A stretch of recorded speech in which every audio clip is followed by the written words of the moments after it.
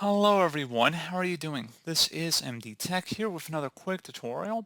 In today's tutorial, I'm going to show you guys how to stop or prevent Steam from opening automatically on startup on your Windows 10 or Windows 11 computer. So this should hopefully be a pretty straightforward process here, guys, and without further ado, let's go ahead and jump right into it. So assuming when you turn on your computer, you notice this little Steam window appears, I'm going to show you guys how to prevent it from turning on every time your computer turns on. We're not deleting or uninstalling Steam. We're just preventing it from popping up when your computer boots up. So all you have to do is right click on the Start button on Windows 11 and select Task Manager.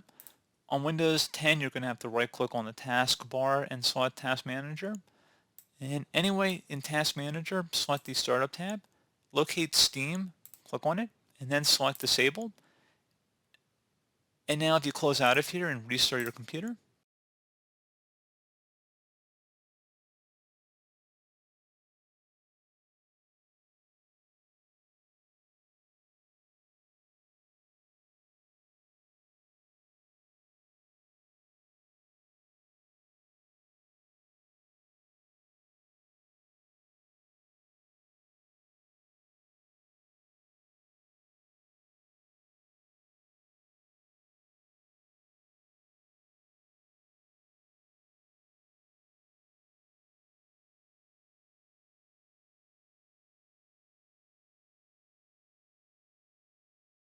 and if you give it a moment, you'll notice that no matter how long you wait, Steam is not going to pop up on our screen.